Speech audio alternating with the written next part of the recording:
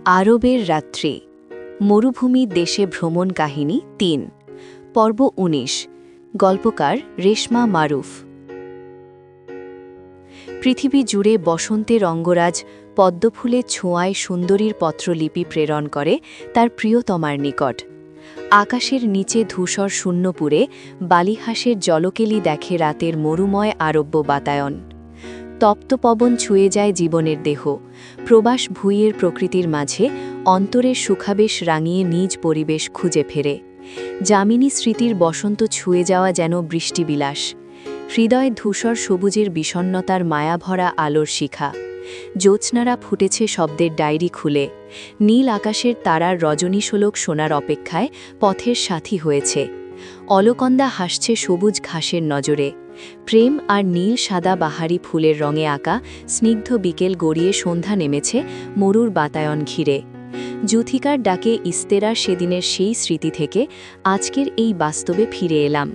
যুথিকা এবার অবাক হয়ে বলছে, মা দেখো আপুগুলো কেমন হাফ প্যান্ট ও টি শার্ট পরে বসে আছে।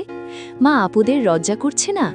এই কথা বলতেই মেয়ে লজ্জিত এক বাঙালিয়ান হয়ে চোখ দুটো বন্ধ করে রাখার উপক্রম হলো যেন। আমার কাছেও কেমন যেন আনইজি ফিল হচ্ছিল।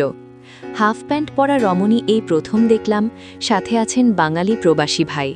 এই জন্যই আরও বেশি লজ্জা লাগছিল, কারণ আমাদের দেশেও এই পোশাকে কেউ চলাফেরা করে না। ইহাদেরকে শুধু বিভিন্ন রকম সিনেমা বা প্রমাণ্যচিত্রে দেখে থাকি। বাঙালি ভাইটিকে জিজ্ঞেস করলাম, ইহারা কোন দেশের? ভাইটি জানালেন নাম, এরা ইন্দোনেশিয়ান। ও আচ্ছা, মনে মনে বলি এই জন্যই এদের গায়ের পোশাকের এই অবস্থা। বাঙালি ভাইটির কাছে জানতে চাইলাম, আমি কি এদের সাথে ছবি তুলতে পারি? জি ম্যাম, ছবি নিতে পারবেন, তবে এদের জিজ্ঞেস করে দেখি আপত্তি আছে কিনা, সবাই তো একরকম হয় না। কথা বলতে বলতে চলে এলাম জড়ো হয়ে ঘাসের মধ্যে বসে থাকা ইন্দোনেশিয়ান মেয়েদের কাছে। বাঙালি ভাইটি তাদের সাথে কথা বলে মেয়েদের জানালেন, ইনি হলেন বাংলাদেশের কবি ও লেখক, উনি আপনাদের সাথে ছবি তুলতে চাচ্ছেন। এক পশলা মিষ্টি হাসি দিয়ে আমার মুখের দিকে তাকাচ্ছেন, আর কি যেন একে অপরকে বলাবলি করতে থাকেন নিজেদের মধ্যে। সেই মুহূর্তে দুজনের মধ্যে বেশ লজ্জা লজ্জা ভাবও বুঝতে পারছিলাম। তাদের এক হাতে সিগারেট ছিল, যেখান থেকে কুণ্ডলি পাকিয়ে সিগারেটের ধোঁয়া উঠছে। সামনাসামনি এত কিছু দেখেও সব কিছু কেমন যেন স্বপ্নের মতো লাগছে। যুথিকা পাশে দাঁড়িয়ে আছে আমার হাত ধরে আর ছোট করে বলছে, মা আন্টিরা সিগারেট খাচ্ছে। এসব দেখে সে খুব মজা পাচ্ছে।